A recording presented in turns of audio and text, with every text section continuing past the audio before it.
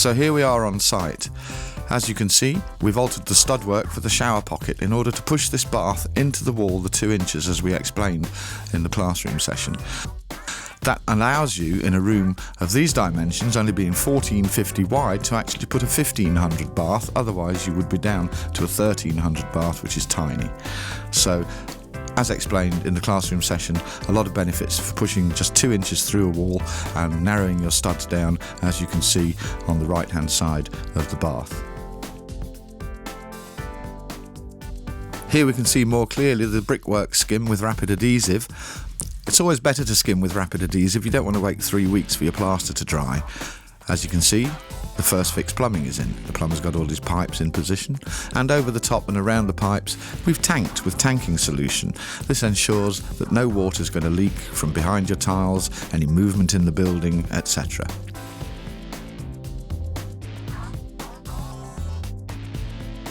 The bath being perfectly level is vitally important, so check it in 4 places. Make sure it's perfectly level all the way round. We need blocks for the feet of the bath, but we can put those in later. The bath's sitting on its frame all the way round. We're going to create a bath panel for this front and tile it. And we're going to box in this soil pipe here and tile over that. All metal baths and pipework need earth bonding. This is coloured green and yellow. It must be connected to the bath, under your floorboards, all the way back to your fuse board. Here's that ugly soil stack that we've got to box in. We told you about this in the classroom session. What we need is 2 battens on the wall, 2 inch by 1 inch. These are the pipes for the towel rail. They come out of the side of the boxing in. We need 2 U-shaped cuts so that the plywood passes over them like so.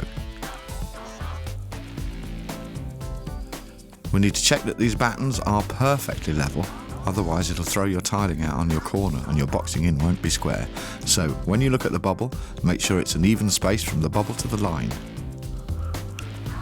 Let's do that U-shaped cut for those pipes. A rough mark,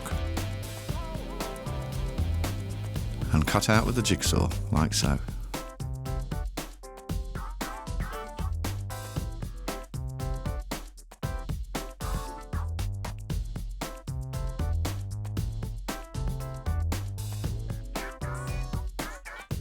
As well as the battens on the wall, it's a good idea to have battens on the floor. This will help strengthen your boxing in and align the corner. Fixing your screws 200mm apart is a good rule of thumb. For boxing in, always use 18mm weather bonded plywood that doesn't rot behind your tiles. We need an infill strip of plywood, the same 18mm here, to build up for the tile.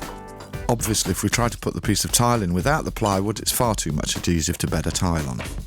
So a piece of plywood, tanking, the same as the wall, on top of the plywood, screwed down, and then tile adhesive, and put our cut in just a millimetre above the edge of the bath so the water runs off into the bath and we don't get any stagnant water sitting on the tiles. The amazing new Studhawk Saw Guide set. There are 2 Studhawks in the pack. The Studhawk 90 makes cutting square simple, and those difficult miters, the Studhawk 45 makes them a piece of cake. The Studhawk helps keep your fingers safe and save time squaring a line. Get your Studhawk Saw Guide set today.